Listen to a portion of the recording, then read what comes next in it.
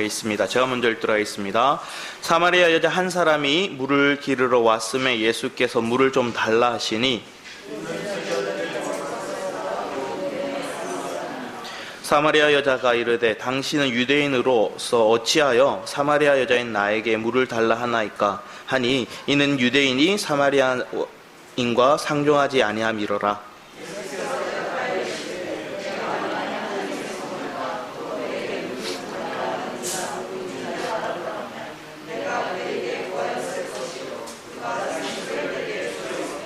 여자가 이르되 주여 물 기를 그릇도 없고 이 우물은 깊은데 어디서 당신이 그 생수를 얻겠사옵나이까.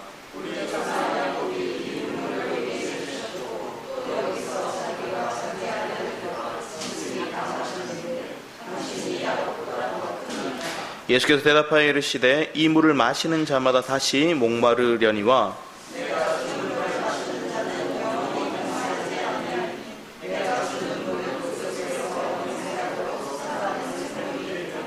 아멘.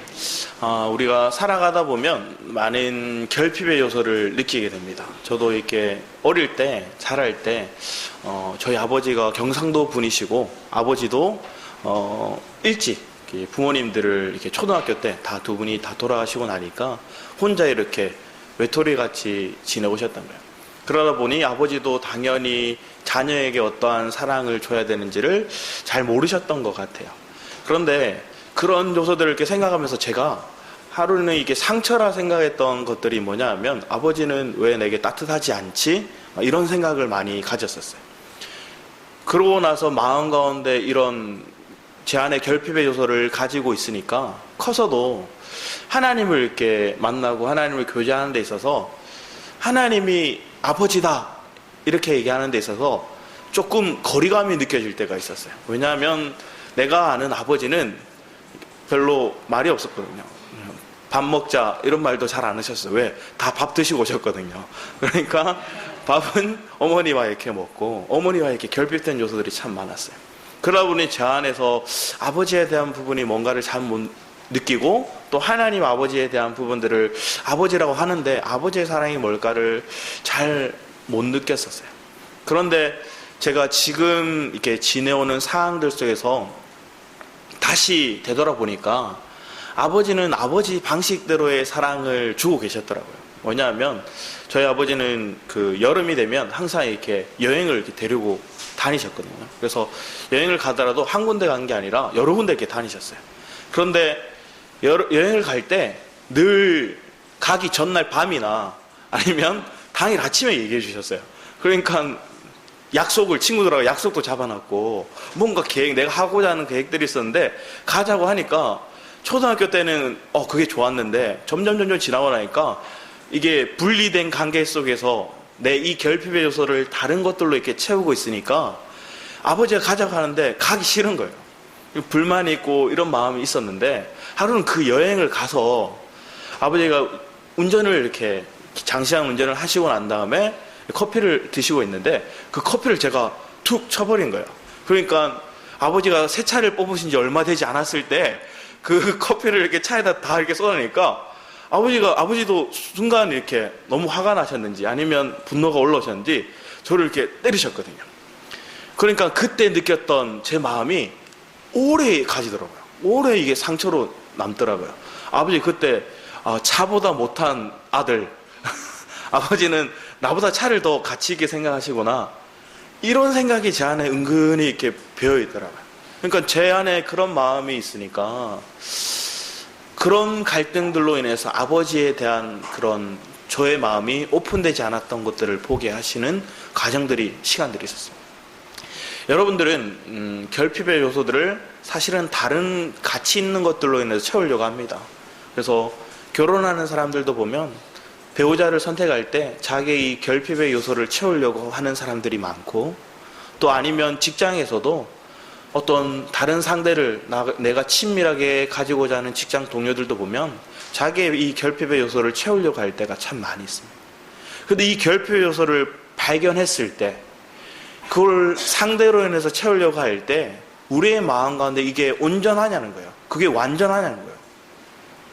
우리가 다른 곳에서 이 결핍의 요소를 해결하려고 하는 부분들, 우리의 영의 부분에 이 결핍의 요소가 있는데, 이 영적인 결핍의 요소를 하나님의 영에 속한 것들로 인해 채우려고 하지 않고 다른 임시 방편의 것들로 채우려고 할 때가 얼마나 많냐는 거예요. 그 결핍의 요소를 해결하려고 그것에 맞는 것들을 처방받아서 우리가 먹어야 되는데, 그 양식을, 그 해소를 다른 것들로 찾을 때가 너무 많을 봅니다. 결혼하는 사람들, 그리고 자녀를 이렇게 키우려고 하고 임신한 사람들을 보면, 특히나 임신했을 때 여자들이 먹는 것들을 보면 칼슘이라든지 비타민 D를 많이 흡수한다고 합니다. 그걸 계속 검사하고 점검한다고 해요. 그게 부족하면 아이도 또 출산하고 난 이 산모도 몸에 이렇게 칼슘이 빠져나가고, 또 이 비타민 D는 이 칼슘을 흡수하는 데 필요한 영양 요소이기 때문에 그게 공급받아야 된다고 하는 거예요. 이게 없으면 골다공증이 오고 또 어려움을 겪게 되는, 뼈에 이상의 신호가 오는 그런 문제들이 발생한다는 거예요. 우리의 영적인 부분에 결핍의 요소가 생겼어요. 근데 그 요소를 주님만이 우리에게 채울 수 있는데, 주님의 생수의 근원 되신 그 주님을 인해서 내가 생수를 공급받고 생명을 공급받고 양식을 먹어야 이게 해결되는데, 대부분의 사람들은 다른 것들을 찾더란 거예요. 여러분들의 삶 가운데 나는 무엇을 찾고 있었는가를 점검해 보는 거예요. 하나님, 만약에 지금 홍수 피해로 인해서 갈 데가 없는 사람에게, 집을 잃어버리고 집이 무너지고 이불 하나 없는 그들에게 그냥 편안히 쉬라고 얘기한다면, 말만 그렇게 한다면 그 사람은 그 마음에 분노가 쌓일 거예요. 우리 그들에게 평안한 잠자리를 제공하고 먹거리를 제공하고 그들에게 필요한 것들을 제공해 줄 수 있는 통로가 되는 것들, 우리가 더 나아가서 이 결핍의 요소가 우리 안에 해소가 되었을 때, 내 안에 부족한 것들, 내 안에 아픔이라 생각했던 것들이 그리스도로 인해 채워지고 이 부분들이 갈증이 해소가 되었을 때, 우리는 이 해소된 것들로 인해서 뭘 하느냐? 누군가에게 똑같은 갈급한 사람들, 때로는 이 결핍의 요소를 가진 사람들에게 제공해 줄 수 있는 통로가 되어준다는 거예요. 이게 우리가 소명이 된다는 것들을 또한 보게 되는 거죠. 하나님 왜 우리를 결핍의 요소를 두게 하셨는지, 목마르게 하셨는지를 또 보는 것들과, 또 그 요소를 우리가 어떻게 공급받아서 이걸 해소하는가와, 또 이 해소함을 통해서 또 누군가에게 가서 우리의 사명이 되어서 이것을 전할 수 있는 통로가 되는 길, 이 길이 우리에게 얼마만큼 내게 비전이 되어지고 그것을 내가 분명히 사명으로 깨닫고 그것을 내가 분명하게 알고 있는지가 오늘날의 신앙생활을 하는 데 있어서 우리가 봐야 될 영적인 시야가 눈떠야 되는 것들임을 보게 됩니다. 그러면 우리는 이 시간 이 요한복음 말씀을 통해서 이 여인의 모습을 보는 거예요. 이 여인은 남편에 대한 결핍의 요소가 있습니다. 내게 남편이 있기 원하고 평안한 보금자리, 평안한 먹거리를 제공해 줄 수 있는 통로가 필요하다 생각했어요. 그리고 이 여인은 그의 수치심, 남자를 여러 번 바꿨어요. 남편을. 그런 가운데 있는 이 수치심은, 내 결핍의 요소를 다른 방편으로 해결하려고 했을 때, 내 인간적인 방법으로 해결하려고 했을 때 우리에게 오는 다른 갈등의 요소들이 왔을 때, 때로는 다른 수치의 요소들이 우리에게 왔을 때 여러분은 어떻게 모습을 행하고 있냐는 거예요. 여러분의 영적인 이 부분에 갈급함이 왔는데 육적인 것들을 해결하려면 할수록 우리에게 수치당할 만한 일들이 다가오는 거예요. 우리에게 부끄러움 당할 만한 일들이 우리에게 주어지더라는 거예요. 여러분들에게 필요한 것들이 돈이라 생각하고, 때로는 여러분들의 건강이라 생각하고, 때로는 내 자녀라 생각하고, 다른 여러 가지 모습들에 인해서 이 부분들을 내가 해소하려고 하는 방편으로 삼았을 때 그 요소들이 나를 오히려 힘들게 하고 나를 수치스럽게 하는 그런 모습들이 되게 하더라고요. 그때 우리는 하나님께 나아가는 자, 그리고 이 분이, 내가 만나고 있는 분이, 나와 함께하고 있는 분이 누구인지를 아는 것들이 우리에게 얼마나 가치 있는지를 보게 합니다. 세상의 가치, 그 가치를 추구하기 위해서, 하나님께 우리에게 알게 하기 위해서 출애굽기 말씀을 통해서 약 613가지의 율법을 주세요. 근데 그 율법 요소를 보면 하지 말라는 것들과 하라는 것들이 있어요. 그런데 특히나 하지 말라는 것들이 365개 정도 된다고 합니다. 더 많아요. 그런데 이것들을 보면 우리의 마음이 뭐가 될까요? 답답해요. 마음이 무거워져요. 하나님 하라는 거 내가 할 수가 없고, 하나님 하지 말라는 거 내가 안 할 수가 없어요. 나도 모르게 행하고 있는 일들이 얼마나 많습니까? 저도 순간적으로 운전하다 보면 갑자기 끼어들고 위험했다 보면 순간적으로 이렇게 성질이 올라오더라고요. 그래서 성질이 올라오면 그 뒤에서 지은 사목 한마디씩 해요. 한마디씩 하는 것들이 뭐냐면 잠잠하라는 거죠. 그리스도인이라는 것들을 이렇게 찝어주는 거죠. 그러면 이 촛대가 어디로 갈까요? 저 사람이 하는 게 뒤로 이렇게 날아갈 때가 있어요. 이게 우리의 모습이에요. 하지 말라는 거. 내 마음은 나도 모르게 이렇게 하는 거더라고요. 그런데 재밌는 게 이 모습을 나도 온전하지 않은데 제가 하인이한테 하지마 이렇게 할 때가 많더라고요. 그래놓고 하지 마라고 하는 그 요소를 보면, 내가 집에 있는 것들을 보면 저기 뭐 아프리카 지역에 사는 사람들 보면 흙으로 막 집 짓고 막 뭐 나뭇잎 가지고 이렇게 지붕하고 이러지 않습니까? 그들은 항상 기쁘고 하지 말라는 게 별로 없을 거예요, 자녀들에게. 그런데 저는 저희 집에서 하인에게 하지 말라는 게 엄청 많아요. 식탁 위에 올라가지 마, 책상 위에 올라가지 마. 책을 보면 책장인데 그 책장을 막 항상 밟고 올라가더라고요. 그러니까 거기 올라가지 마. 뭐 깨트릴 거, 뭐 액자들이 있고 이러면 그 깨트릴 것들 만지지 마. 제 방에 들어와서 막 컴퓨터를 만지고 있으면 막 한 번씩 컴퓨터가 막 이상한 게 막 떠 있어요. 뭐 글자도 아닌 글자들이 막 와 있고, 인터넷 검색창이 막 나와 있고, 찾지 않았던 이 검색했던 것들이 막 올라와 있고, 뭐 그런 걸 볼 때마다 하지 마 이런 말들. 그런데 이게 제가 아버지가 예전에 커피를 이렇게 쏟았던 모습이 생각나는 거야. 아버지가 저에게 하지 말라고 하고 되게 순간적으로 이렇게 내가 느꼈던 그 감정들, 아버지는 나보다 차를 더 가치 있게 생각하구나, 이 마음들이 나도 모르게 내 자녀에게 심고 있더라는 거예요.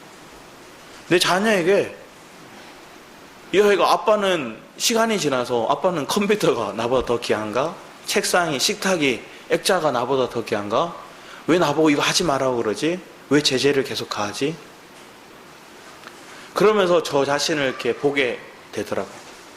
하나님 우리를 인도해 가실 때 영적인 위로 가운데 영적인 생명으로 인도하시는데, 하나님께서 율법의 과거에서는 하지마, 하라 이런 걸 제시해 주셨지만 그걸 왜 주셨냐면 결핍의 요소를 바라는 거예요. 우리가 뭐가 필요한지, 우리가 무엇을 불러야 되는지, 우리가 무엇에 대한 간구함이 있어야 되는지, 무엇을 붙잡아야 되는지를 찾도록 하기 위해서 그걸 허락하셨던 거예요.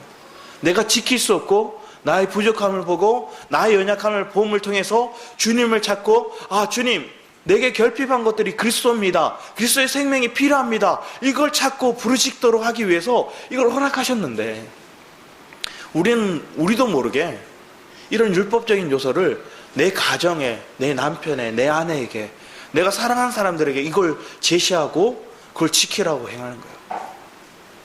그런데 주님의 모습을 보면, 요한복음 장면의 모습, 주님의 이 땅에 오셔서 공생의 삶을 보면 제재가 없으셨어요.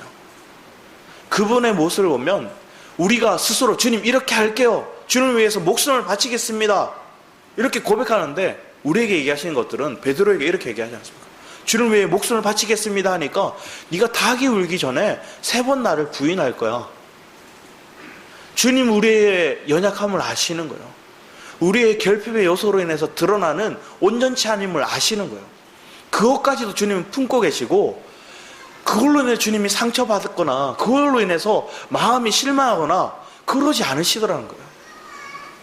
주님의 결핍의 요소는 전혀 그런 것에 있지 않고, 주님은 항상 하나님 한 분으로 인해서, 하나님 뜻으로 인해서 만족하고 그분이 기뻐하시고 그분으로 인해서 그 뜻을 이룰 수 있는 것들에 인해서 날마다 전진해 나가시더라는 거예요. 주변에 있는 사람들이 예수님을 높입니다. 그분에서 이적이 나타나고 능력이 나타나니까 우르르 다가오면서 그 주님을 왕으로 삼으려고 합니다. 그럴 때에서 주님은 그 자리를 떠나서 산으로 가시거나 다른 바다를 건너가시죠. 이 장면에서 주님께서는 우리를 통해서 뭔가 얻으려고 하시는 것들이 없다는 거예요. 주님, 우리가 막 주님 높여드리고 인기를 얻고 이런 걸 원하지 않으셨고, 왕이 되려고 하지 않으셨고, 주님은 오히려 하늘의 밀이 되기 위해서, 땅에 떨어져서 썩기 위해서, 그래서 많은 열매를 맺기 위해서 오셨다는 거예요. 그 한 가지 목적을 이루기 위해서 우리에게 오셔서, 그 목적을 위해서 한 걸음 한 걸음, 결국 주님이 이 땅에 오신 이유는 죽기 위해서 오신 거예요. 그리고 죽으신 그 주님이 부활의 능력을 우리에게 보여주시고, 산 체험을 우리에게 증거해 주시고, 이 살아있는 생명을 우리에게 주시기 위해서, 그래서 우리의 결핍의 요소를, 우리에게 만족하지 못하는 우리의 모습 가운데 그 생명을 공급하기 위해서 오셨다는 거예요. 그런 주님에 대한 그 필요를 우리는 얼마만큼 가치 있게 느끼고 있냐는 거예요. 우리는 오히려 세상의 것들이 가치 있다 느끼는 거예요. 세상의 것들이 내게 귀하다 느끼는 거예요. 그것을 얻기 위해서 얼마만큼 여러분들은 수고하고 애쓰고 있습니까? 지금 한국이 사람들이 막 축해 세우는 것들이 있어요. 뭐냐면 핵무기 말고 모든 무기들이 다 뛰어나다는 거예요.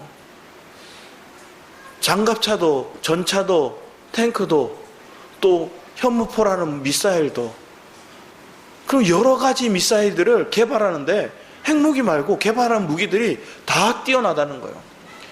레이더도 개발하지 못할 줄 알았는데 다 개발해버리고 뛰어난 모습을 인해서 열방이 막 놀라는 거예요. 다른 나라들이.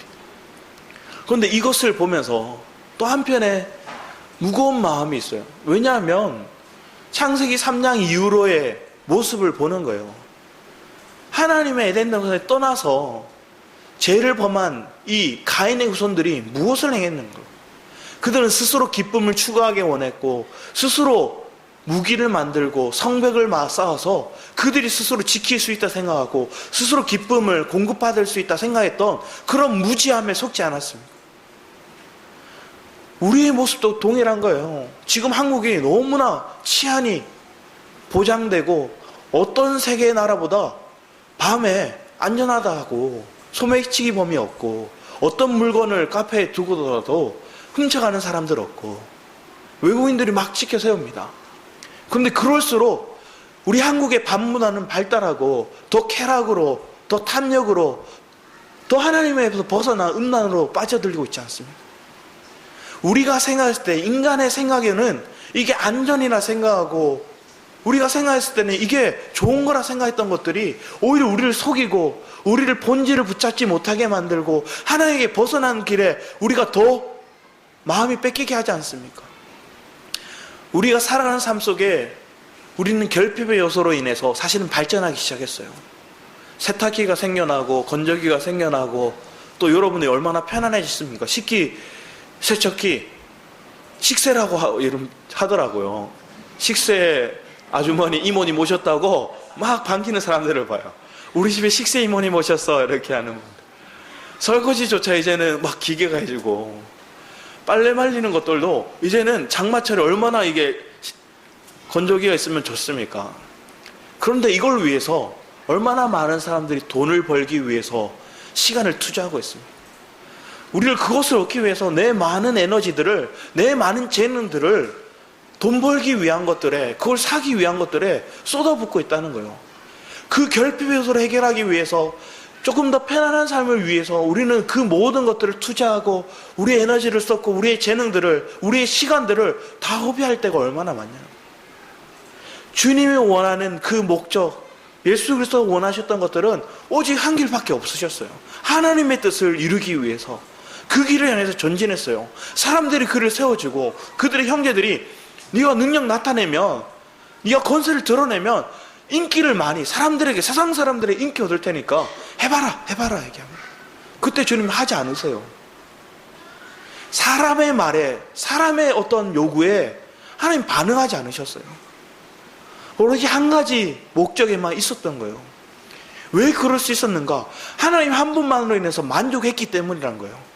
하나님 한 분으로 인해서 그분 마음에 기쁨이 회복되었다는 거예요. 우리는 그런 기쁨을, 그런 목적을, 그런 회복을, 그런 결핍의 요소에 있어서 만족을 누리고 있냐는 거예요. 바울이 얘기했던 그 자족함이 우리 안에 있냐는 거예요. 그게 없으니까 우리는 말마다 없다 없다, 부족하다 부족하다, 힘들다 힘들다, 죽고 싶다 죽고 싶다 이렇게 얘기를 하는 거예요. 내 안에 이 모든 것들을 해결할 수 있는 분이 이미 우리에게 주어졌는데, 이미 우리에게 생명으로 부어졌는데 그분을 가치 있게 느끼지 못하니까, 그분의 가치를 우리가 제대로 평가하지 못하고 누리지 못하고 있으니까 우리는 다른 가치를 추구하기 위해서 세상을 향해서 가더라는 거예요. 사람을 향해서 가더라는 거예요. 그것이 우리를 얼마만큼 헤매게 만들었는지, 그 미로 속에 갇혀서 우리는 얼마나 절망하고 주저앉고, 그럴 때에서 주님 우리에게 말씀하시죠. 위를 봐라, 하늘을 봐라. 하나님을 보게끔 우리의 눈을 열어주시는 거예요. 사방팔방 앞뒤 좌우 이것을 보는 게 아니라 주님을 볼 수 있도록 우리의 눈을 보게 하시는 거예요. 그것을 사방 맞게 하시고 우리에게 무너짐의 요소를 허락하시고, 그것으로 인해서 우리에게 답답함을 느끼고 그 절망 가운데 있을 때 우리는 주님께 나와서 부르짖기 시작합니다. 주여 하고 부르짖습니다. 그럴 때 우리 주님이 하시는 일들이 여러분의 한결을 먼저 열어주시던가요? 여러분의 문제를 먼저 해결해 주시던가요? 그게 먼저가 아니라 우리의 마음의 평안을 먼저 허락하시지 않던가요? 우리의 마음의 바른 가치를, 하나님의 약속의 말씀을 다시 한번 기억나게 해주시지 않던가요? 그게 주님이 우리에게 허락하신 생수더라는 거예요. 주님이 그 생수의 흐름이 우리에게 있음을 통해서 우리의 마음이 기쁨을 회복하고 평안을 회복하고 다시금 달려나갈 수 있는 힘을 얻도록 하시더라는 거예요. 우리의 환경, 우리의 주변에 있는 사람들을 열어서 풀어주시기보다 우리의 마음이 주님으로 인해서 그 생수를 맛볼 수 있도록 하시는 그 기쁨, 그 생수의 근원 되시는 그 주님에서 우리가 영생을 누림에 대한 그 가치의 비밀들을 발견할 수 있는 그 기쁨, 이 여인이 어떻게 합니까? 그걸 발견하고 나니까 자기의 수모, 자기의 수치 아랑곳하지 않습니다. 자신의 그 결핍의 요소가 해소하고 나니까 그는 달려나가서 내가 만난 메시아를 전하기 시작합니다. 그에게 사명이 생긴 거예요. 그의 결핍의 요소가 해소되니까 그는 당당하게 그 기쁨을 전하는 거예요. 여러분의 삶 속에 이런 기쁨이, 이런 사명이 다시 불일 듯 일어나서 내가 만난 주님에 대해서 증거할 수 있는 그런 은혜가 넘치기 원합니다. 그러기 위해서 하나님 우리를 부르신 줄 믿습니다. 그러기 위해서 하나님께 우리에게 또 때로는 위기를 허락하셨다는 거예요. 우리 에스더서 말씀 한번 볼까요? 에스더 4장 말씀을 한번 보기 원합니다.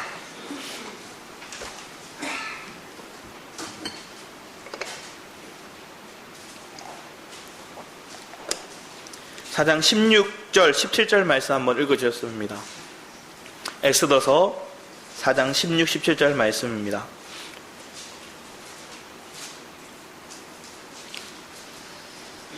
에스더 4장 16, 17절. 제가 어떤 곳에 말씀을 전하러 가면 같은 장인데 이게 안 펴져요. 왜 안 펴져 보면 아직 그 장이 빛을 못 봐가지고 그럴 때가 있더라고요. 여러분 그러시지 않을지 믿습니다. 우리 4장 16, 17절 말씀 한번 읽으셨어야 합니다. 시작.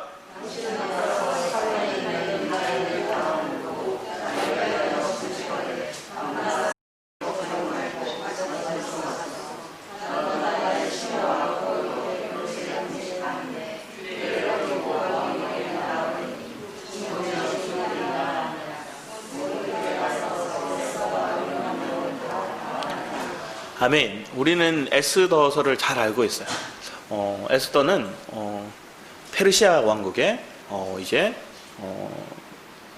왕후가 되죠. 그 왕후가 되는데 그 가정들의 모습을 보면 원래는 이스라엘에 살다가 그들이 포로되어서 왔고 그 가정 가운데서 또 이 에스더라는 가문 또 모르드게라는 사람들의 모습을 보면 부모가 없는 것들처럼 보입니다. 특히나 에스더가 부모가 없어서 모르드게가 그들을 에스더를 잘 양육해요. 그런데 여기에 왕이 아수에로 왕이 있는데 이 왕이 엄청 권위적인 왕이에요. 그래서 이 권위적인 왕인데 자기의 말이 떨어지면 실행이 되어야 되는 거예요. 그러니까 그 실행이 안 됐을 때 오는 상실감, 그리고 그걸로 인한 분노, 그런 강한 사람인데, 그 사람이 자기의 원래 왕후가 있었는데 그 왕후가 그 말을 따르지 않음을 해서 그를 내칩니다. 그러고 나서 새로운 왕후를 뽑게 되었을 때 이 모르드게가 이 에스더를 추천해서 올리게 됩니다. 에스더가 왕후가 됩니다. 아름다웠고 그에게 용모가 빼어났으니까 그렇다고 하지만 이 배후에는 하나님의 섭리가 있었죠. 하나님께서 그 배후의 섭리 가운데서 왕후가 됩니다. 그런데 이 아하수에로 왕에게는 하만이라는 기질이 나쁜 총리가 새로 부임받게 됩니다. 근데 이 총리는 돈이 많은가 봐요. 그래서 뇌물을 주고 또 아첨을 해서 이 아하수에로 왕에게 엄청 신임을 받게 돼요. 어떻게까지 신임을 받게 되냐면 그 왕궁의 이 문 앞에서부터 이 왕 외에 그 다른 자기 외에 이 하만에게도 인사할 것들을, 그리고 그를 이게 존경할 것들에 대해서 지시를 내려요. 그러니까 이 총리가 너무나 높임 받으니까 총리의 어깨가 막 높죠. 근데 이 사람은 아각 자손이에요. 그러니까 아각 자손의 흐름을 보면 그 사람은 아말렉 족속이란 거예요. 이 아말렉 족속에 속한 이 가문인데, 이 사람이 이 하루는 길을 지나가는데 이 모르드게가 유일하게 자기한테 절을 하지 않는 사람인 거예요. 다른 왕궁에 있는 신하들 또 종들이 다 절을 하는데 이 모르드게만이 절을 안 하는 거예요. 절하면 되는데 절을 안 하는 거예요. 그리고 나서 이 배우를 이 하만이라는 사람이 추적합니다. 그랬더니 이 모르드게가 유대인이라는 것들을 알게 돼요. 그래서 유대인이라는 걸 알게 되어서 그 사람이 더 붕괴해서 저 민족을 말살할 것들에 대한 마음을 가지게 됩니다. 그래서 1월 13일 날 조서를 씁니다. 그 조서에 도장을 찍도록 하는데 왕에게 가서, 왕의 이 법을 업신여기는 자들이 있습니다. 그러니 그 왕의 법을 어기는 그 거스르는 그들을 벌하심이 마땅한데 그들의 민족을 다 벌하시기 위해서 저에게 조서를 찍을 수 있도록 해달라고 합니다. 그래서 그 유대인들을 12월 13일, 이 날을 1월 13일에 이 조서를 쓰고 12월 13일에 이 11개월 뒤에 이 유대인들을, 이 민족들을 다 죽이고 또 그 사람들의 재산들을 다 뺏도록 하는 이 조서에 도장을 찍어달라고 얘기합니다. 그리고 이 조서에 도장을 찍죠. 그러나서 이 소식을 듣게 됩니다. 그래서 위에 보면 4장 1절 말씀에 보면 1절 2절 말씀에 보면 그 소식이 전해집니다. 1절에서 3절 말씀까지 한번 읽어보도록 하겠습니다. 시작. 모르드게가 이 모든 일을 알고 자기의 옷을 찢고 굵은 베옷을 입고 재를 뒤집어 쓰고 성중에 나가서 대성통곡하며 대궐 문 앞까지 이르렀으니 굵은 베옷을 입은 자는 대궐 문에 들어가지 못함이라. 왕의 명령과 조서가 각 지방에 이름에 유대인이 크게 애통하여 금식하며 울며 부르짖고 굵은 베옷을 입고 제 눈 자가 무수하더라. 이 조서가 찍힌 것들, 이것들이 이 페르시아 왕국에 속해 있는 모든 나라들에 전해집니다. 거기에 속해 있는 유대인들에게도 전해집니다. 그들은 슬퍼합니다. 아, 우리 민족이 다 죽게 생겼구나. 바벨론 왕국에 포로로 올 때도 우리가 이렇게 살아왔는데 지금 이 시대 때 하만이라는 사람 때문에 우리가 다 죽게 생겼구나. 그로 인해서 슬퍼하고 애통하면서 하나님께 부르짖습니다. 만약에 제가 모르드게라면 바로 당장 편지를 써서 에스더한테 이런 일이 일어났다, 빨리 왕한테 가서 해결해달라 할 텐데 시간이 어느 정도 지나는 것들을 봐요. 그러서 그 뒤에 4절 말씀에 오면 에스더의 시녀와 내시가 나와 전하니 왕은 매우 근심하여 이복을 모르드게에 보내 그 굵은 베옷을 벗기고자 하나 모르드게가 받지 아니하는지라. 이 장면을 통해서 에스더는 지금 왕궁 밖에서 일어나고 있는 일들이 무슨 일이 일어나는지 모르고 있는 거예요.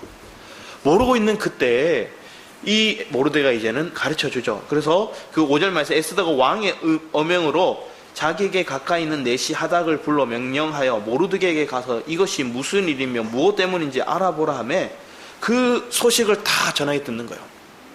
그런데 지금 상황이 어떤 상황이냐면 아하수에로 왕이 너무 사랑해서 아끼고 이 에스더를 날마다 보던 그 왕이 30일 동안 이 에스더를 안 보고 있는 거예요. 이때는 원체 외국에 침략자가 많고 또 암살자들이 많기 때문에 왕이 부르지 않으면 함부로 왕 앞에 왕의 뜰에 가서는 안 되는 때였어요. 왜냐하면 그렇게 왕의 명령 없이 가면 암살자로 여겨서 그들을 죽였거든요. 그러니까 이 상황 가운데서 이 에스더는 알고 있는 거예요. 그 모든 것들을. 규율도 알고 있고 지금의 상황이 왕이 나를 또 부르지 않고 있고 왕에게 이 소식을 전하고 싶지만 또 어떻게 전해야 될지 고민되지만 그에게 이런 상황에 여러 가지 고민의 요소가 있는 거예요. 그런데 저는 큰 은혜가 되었던 것들이 뭐냐 하면 모르드게의 신앙 고백이었어요. 모르드게가 14절의 말씀을 한번 13, 14절 말씀 한번 읽으셨습니다. 합니다. 13, 14절입니다. 4장 13, 14절입니다. 시작.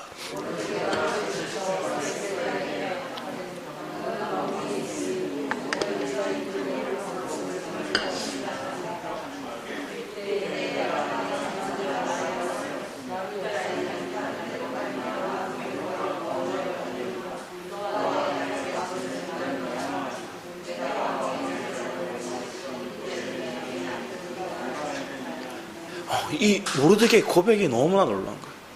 뭐냐면 이때를 위해서 하나님께 너를 예비하신 것 같다. 그리고 네가 왕에 가서 말할 것들에 대해서 권합니다. 너만 혼자 살지 마라 이렇게 얘기를 하는 거죠. 그런데 그 뒤에 얘기하면 혹시나 네가 말을 하지 않더라도 우리 하나님은 너를 통하지 않더라도 다른 통로를 통해서도 우리를 구원하실 거다 이렇게 믿고 있는 거예요. 저는 이 장면을 보면서 와, 우리의 삶에 이런 고백이 있는가? 절체절명의 위기가 왔고 사실은 모르드게가 절 한번 했으면 타협했으면 그 하만에게 굽신굽신 했으면 이런 일도 없었을 텐데 이런 일들이 일어나는 어떤 모습들 속에서 한편에 있으면 타협하고 싶은 마음도 있고 때론 지금 가서 하만에 가서 빌고 싶은 마음 약 11개월 뒤에 있잖아요. 왜 11개월이라는 시간을 줬을까? 그들을 쪼우는 거죠. 어떻게 보면 심리적인 압박감을 주는 거예요. 어떻게 보면 기회도 주는 것처럼 보입니다. 무릎 꿇으라는. 그런데 그러하지 않아요. 그리고 바로 당장 사람을 의지해서 이 왕후에게 가지도 않습니다. 왕후가 먼저 찾아와서 물었을 때 그것을 알려주는 거지 먼저 얘기하지 않았어요. 우리가 살아가는 삶 가운데 우리는 너무나 위기가 오면 순간적인 그 위기 가운데 이 문제를 해결할 수 있는 사람이 누굴까를 먼저 생각해요. 내 주변의 지인들, 인맥을 총동원하는 거예요. 그것이 우리의 모습이에요. 이게 뭐냐 하면 사실은 예레미야 2장에 나오는 이스라엘 백성들이 왜 포로되어 갈지, 왜 심판받는지에 대한 이유예요. 생수의 근원 되시는 주님을 찾지 않고 스스로 웅덩이를 파서 그 문제가 일어나는 거예요. 우리는 이러한 범죄를, 이러한 행위를 얼마나 많이 행하고 있는가? 내가 하나님 믿습니다 얘기하지만 우리의 방법들, 우리의 계획들, 우리의 인맥들, 우리의 재능들을 도모해서 우리가 문제를 해결하려고 할 때가 얼마나 많은가? 모르드게의 장면은 타협치도 아니하였고 그는 사람을 의지하지도 아니하였고 하나님을 철저히 하나님께서 일하실 것들, 그 구원의 능력을 철저히 믿고 있는 거예요. 그리고 그것을 이 에스더에게도 분명하게 심어주고 있는 거예요. 너 아니더라도 하나님 일하실 거야. 하지만 너가 이것을 행하지 않았을 때 너에게 하나님의 그 대를 끊으실 거야. 우리의 삶 가운데 하나님 우리를 통로 삼아서 우리에게 이런 결핍의 요소 가운데 있는 문제가 주어졌을 때 그 문제를 어떻게 해결하려고 하는 모습을 지켜보시는 것 같아요. 그 모습이 있을 때마다 여러분은 어떻게 해결하고자 하는지 여러분 스스로 한번 점검해 보기 원합니다. 저 사마리아 여인처럼 남편을 막 여러 남편을 찾거나 아니면 세상의 방법들처럼 내가 많은 사람들을 차지하고 돈을 추구하고 내가 가진 재능들을 어떻게 활용하려고 하고 이런 모습이 우리에게 있다면 그것을 통해서 하나님께서 하시는 방법들은 메마름을 겪게 하시는 거예요. 하나님 택한 자녀에게 하는 방법은 그래 단절, 메마름을 느끼게 하는 거예요. 그래 네가 스스로 웅덩이 파려고 하고 저 시올에서 물을 끌어다 쓰고 저 아수르에서 강에서 물을 끌어다 쓰려고 하는데 그거 다 너를 힘들게 할 거야. 오히려 애굽이 너를 힘들게 할 거고 아수르가 너를 칠 거고 그것으로 인한 고통들을 너희들 더 겪어봐. 우리의 삶 가운데 하나님이 철저히 택한 자녀의 복은 뭐냐 하면 주님께 생수를 공급받는 거예요. 주님만 우리의 생수의 근원이 된다는 걸 우리가 믿고 우리의 신앙 고백으로 하고 우리의 삶 가운데 위기가 왔을 때 그 주님께 생수를 공급받기 위해서 부르짖고 나아가는 거예요. 이 모르드게의 삶이 그런 신앙이었어요. 그런 믿음의 모습이 있었다는 거예요. 그런 신실한 리더가 있었기 때문에 이스라엘 백성들이 다 회복할 수 있었던 거예요. 에스더서에 나오는 이 장면들, 이 장면의 모습을 통해서 우리에게 묻는 거예요. 우리는 우리에게 문제가 생길까봐 벌써 일어나지도 않는 일 가운데 세상과 타협하고 아말렉 육체와 타협하고 우리가 그 마음을 뺏겨서 굽신굽신하고 하나님의 자녀라는 그 당당함을 잃어버린 채 세상적인 방법을 살 때가 얼마나 많냐는 거예요. 거기서 벗어나 내가 때로는 위기가 오고 때로는 우리의 삶 가운데 때로는 불편해서 옳다 할지라도 우리는 당당하게 내가 하나님의 자녀인 것들에 대한 증거를 고백하는 거예요. 우리의 육체에 넘어지지 않는 거예요. 그래서 하나님이 지킬 것들, 하나님 우리 구원하실 것들에 대한 확신과 믿음을 붙잡고 내가 날마다 나아갑니다. 그런 은혜의 고백이 있을 때, 그런 담대함이 있을 때 우리의 위기는 우리의 삶 가운데 하나님의 능력이 되게 하십니다. 그래서 이 아말렉을 무찌르는 결과가 되죠. 아말렉을 쳐묻힙니다. 이 하만이 어떻게 하려고 했습니까? 자기 마당에 이 모르드게를 십자가 못 박듯이 나무에 매달려고 했어요. 근데 결국 자신이 그 저주를 받게 되고 그 하만의 집을 이 왕은 이 아내에게 주고 에스더에게 주고 그 에스더에게 준 집을, 하만의 집을 이 모르드게가 다 관리하도록 하죠. 그리고 그곳에 있는 수산 왕궁에 있는 이런 많은 하만 편에 있는 사람들, 약 500명에 속한 사람들이 죽게 됩니다. 그리고 그 아하수에로 왕이 치리하고 있는 땅 가운데 있는 그런 사람들, 그 불법한 자들 7만 명에 속한 자들이 또한 죽게 됩니다. 원래는 유대인들이 죽게 되었는데, 원래는 하나님의 백성이 죽을 위기였는데, 이 하나님의 뜻, 하나님의 백성이란 그 사명, 하나님이 구원하실 것들에 대한 믿음을 가진 자, 때로는 죽으면 죽으리라는 신앙의 고백한 이 에스더의 고백이 이 유대 사람들을 다 구원케 되는 하나님의 역사를 체험하게 하는 거예요. 한 사람이 이런 통로가 되는 것을 봅니다. 오늘날 한국 사회에도 동일한 모습을 봅니다. 너무나 많은 발전이 있고 너무나 많은 세상에 타협하는 길들이 주어집니다. 그 세상에 타협하고 화려함을 추구하는 그 과정들 속에서 여러분들은 그런 화려한 교회를 가지 않고 저 철문을 향해서 이곳에 들어오셨어요. 그리고 반주기를 통해서 찬양을 하십니다. 제가 처음에 놀랐던 게 그거였거든요. 저는 고신교단에 있어서 큰 교회에 막 화려한 그런 것들을 봤기 때문에.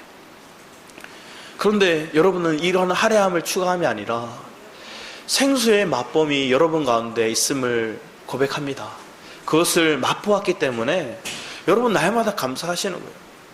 날마다 이 생수의 근원 되신 주님을 순간적으로 놓칠 수는 있어요. 그렇지만 흘러 떠내려는 가는 자가 되지 않더라는 거예요. 흘러 떠내려는 자가 되어서 여러분의 삶 가운데 산사태가 일어나서 여러분 삶 가운데 더 위기가 겪기 전에 여러분은 돌이켜서 내가 생수에 건네는 주님을 찾아서 그 주님에서 그 주님의 사고를 가지고 주님이 보는 눈으로 나아가더라는 거예요. 우리 사도행전 말씀 한번 볼까요? 사도행전 말씀을 보기 원합니다. 사도행전 저희들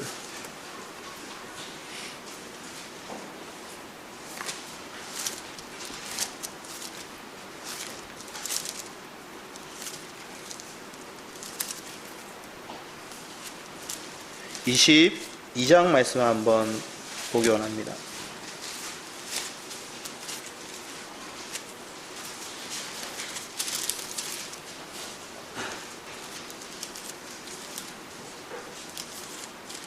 27장 말씀을 먼저 보겠습니다. 27장 말씀에 14절 말씀을 한번 보셨어야 합니다.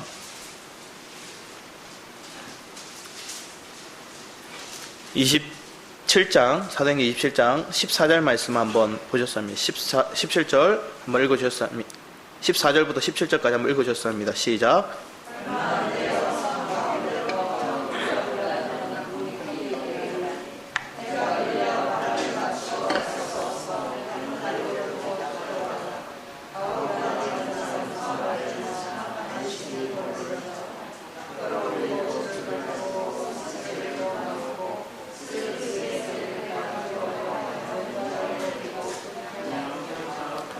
여기서 장면을 보면 바울이 이제 배를 타고 로마로 가게 됩니다. 그 과정 속에서 압송되는 과정들 속에서 이 백부장과 그리고 선장과 선주의 고백들과 그리고 바울의 고백이 달라요.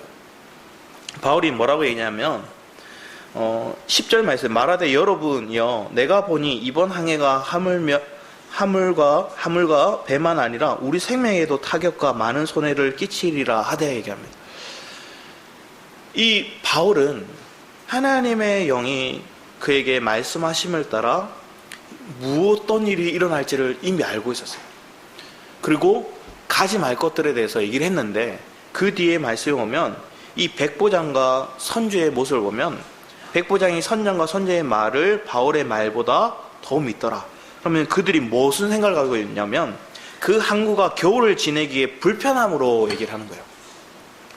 선주와 거기에 있는 선장이 봤을 때는 그 겨울을 하기에 불편한 거예요. 지금 사실은 지금 풍랑이 올 것들 보는데 그 풍랑이 오면 우리가 가면 배가 이게 파손될 것들이 분명한데 지금 조금 잔잔해 보이니까 그들의 인간적인 생각 가운데 바울의 말은 이것들로 인해서 위기가 올 것들을 말씀해 줬는데 그들은 자기들의 눈에 보는 좋은 것들 때로는 자기의 마음에 불편한 것들을 겪지 않기 위해서 이것들을 실행하는 거예요. 억지로 실행하는 거예요. 그래서 그 뒤에 보면 그 항구가 겨울을 지내기에 불편함으로 거기서 떠나 아무쪼록 베니스로 가서 겨울을 지내자 하는 자가 더 많으니 베니스는 그레데 항구라 한쪽은 서남을 한쪽은 서북을 향하였더라. 남풍이 순하게 불며 그들이 뜻을 이룬 줄 알고 닻을 감아 그레데 해변을 끼고 항해하더라. 그들이 마음대로 막 행했는데 결국은 우리의 살아가는 삶 가운데 하나님의 영적인 눈으로 보는 자들은 때로는 우리가 가는 과정들 속에서 불편의 요소가 있다 할지라도 그 길 가운데 하나님의 인도하심을 따라 간다고 본다면 대부분의 사람들은 어떤 선택을 하냐면 자기 눈에 편해 보이고 불편을 겪지 않고 눈에 좋아 보이는 것들을 추구하더라는 거예요. 대표적인 사람이 삼손이지 않습니까? 삼손이 자기 눈에 보기에 좋은 여인을 선택해서 그 여인을 자기 아내로 삼고자 합니다. 그것으로 인해서 문제가 일어나고 그것으로 인해서 큰 갈등의 요소가 일어납니다. 사사기에서 얘기하는 것들이 대부분 자기 소견에 오른 대로 그 소견대로 오는 것들은 뭐냐면 자기 눈에 보고 좋고 편하고 좋은 것들. 우리가 살아가는 삶 속에서 우리가 영적인 눈이 떠지지 않으면 우리는 눈에 보이는 것들의 편리함들과 그것의 좋은 것들이 우리의 마음을 사로잡더라는 거예요. 그래서 우리의 부족한 것들을 우리의 만족을 눈에 보이는 것들로 해결하려고 볼 때가 너무나 많더라는 거예요. 거기서 돌이켜서 주님이 원하는 길에 설 수 있는 믿음의 자녀들이 우리가 그 믿음의 눈이 뜨지 않고서는 그 세계를 맛보지 않고서는 갈 수가 없다는 거예요. 우리는 시편 말씀 한번 볼까요? 시편 우리 말씀 한번 보게 하면 시편 53편 말씀입니다.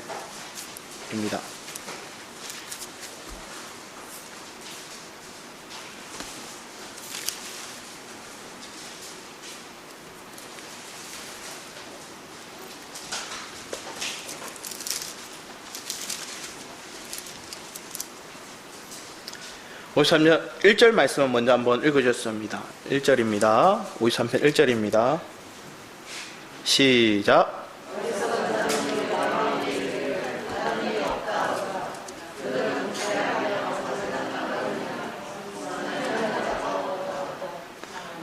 여기서 보면 하나님의 마음에 없는 자들, 그 주님이 생수로 누리지 못하는 자들은 그냥 하나님 없다고 생각하는 거예요. 그리고 그들의 선택은 자기가 생각한 대로, 자기가 결정한 대로 막 그렇게 갑니다. 그런데 우리의 인생은 하나님께서 특별히 부르셔서 우리 속에 하나님이 어떠한 분인지를 경험토록 하시는 거예요. 하나님이 살아계심을 경험토록 하시고 그 주님을 체험하도록 하셔서 그 주님과 동행할 수 있는 길에 우리를 이끄셔서 그 주님을 붙잡도록 하시는 거예요. 그래서 이제는 우리가 하나님에 나올 때 세상의 신을 벗고 우리의 신을 벗고 우리의 발에 더럽혀진 것들을 씻어내고 주님께로 와서 주님의 말씀을 귀 기울이는 거예요. 우리가 주님의 말씀에 귀 기울이는 이유는 그 주님의 말씀이 우리에게 주어짐을 통해서 우리의 마음 가운데 갈 바를 알게 해주시고 하나님께서 주시는 그 풍요에 대한 그 누림을 맛보게 하시는 거예요. 우리는 맛보아 알지니라 하나님께서 말씀하십니다. 하나님의 세계를 맛보지 않았기 때문에 우리는 하나님이 없다 생각하는 경우들이 너무 많다는 거예요. 실제로 하나님 맛봤지만 우리가 이 맛봄이 미미하기 때문에 그 주님에 대해서 온전하게 붙잡지 못하고 그 주님에 대해서 더 맛보는 세계로 날마다 나아가야 되는데 그것을 멈출 때가 너무나 많다는 거예요. 우리는 그럼 어떠한 마음으로 가야 되는가? 우리 이사야서 41장 말씀을 보게 합니다. 41장 7절입니다. 이사야 41장 7절 말씀을 보게 합니다.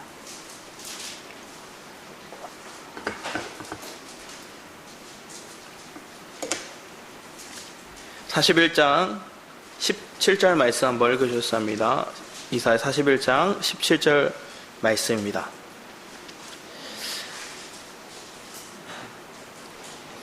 이사야 41장 17절 같이 읽도록 하겠습니다. 시작. 가련하고 가난한 자가 물을 구하되 물이 없어서 갈증으로 그들을 혀가 마를 때 나 여호와가 그들에게 응답하겠고 나 이스라엘의 하나님이 그들을 버리지 아니할 것이라. 하나님 앞에 갈급함을 구하는 자, 가련하고 가난한 자, 하나님 앞에 생수를 구하는 자, 그에게 하나님께서 그 혀를, 그 목마름을 해결해 주시겠다 말씀하십니다. 예수 그리스도 이 땅에 오심은 마태복음 11장 28절 이하 말씀에 보면 수하고 무거운 짐진 자들아 다 내게로 오라 말씀하십니다. 그리고 주님께서 얘기하시는 것들은 내 멍에는 가볍다 얘기를 하시고 그리고 그 멍에는 가볍다 얘기하시면서 그것을 우리에게 지라고 얘기를 하세요. 그런데 이 멍에에 대한 개념을 생각해 보기 원합니다. 우리는 그냥 소 한 마리가 멍에를 끌고 가는 장면을 생각합니다. 그런데 이스라엘의 이 소가 멍에를 끌고 가는 것들은 큰 소 한 마리가 있고 작은 소가 있는 이 두 소가 멍에를 같이 지고 가는 거예요. 그래서 큰 소가 대부분 끌고 가고 그 작은 소와 같이 그냥 동행해 가는 거예요. 배워가는 거죠. 주님은 우리에게 동행하게 말씀하시는 거예요. 내 멍에를 짊어지라는 것들은 우리 보고 그것을 지라는 게 아니라 주님이 지신 것들을 우리가 체험함을 통해서 우리가 같이 동행하면서 그걸 경험하는 거예요. 그러다 보면 그 뒤에 얘기하시는 것 같다면 내 짐이 가벼울 거라 얘기를 하는 거예요. 우리가 수고하고 무거운 짐진 자들, 우리가 힘들게 살아가는 것들, 우리가 이 결핍, 우리가 만족을 해결하기 위해서 수고하고 힘들게 살아가는 인생들은 짐을 지고 살아가는 인생인 거예요. 근데 그런 자에게 우리에게 얘기하는 것은 주님이 말씀하는 그 멍에를 우리에게 지라고 얘기하시면서 그 멍에를 지라 하실 때 그 걸음에 주님이 함께 동행해 가는 거예요. 주님이 그 멍에를 지고 계시고 그 옆에서 우리가 같이 걸어가는 거예요. 우리는 작은 소처럼 큰 소, 어미소가 짊어지고 가는 길을 동행해서 걸어가는 거예요. 그 과정을 통해서 주님을 체험하고 경험하고 우리의 짐을 주님께 맡기는 거구나. 우리의 짐을 주님께 의탁해 드리는 거구나. 그러면서 아버지의 살아계심을 체험하는 것들, 그 주님이 어떻게 우리를 더 영적으로 성장하게 만들어 가시는지,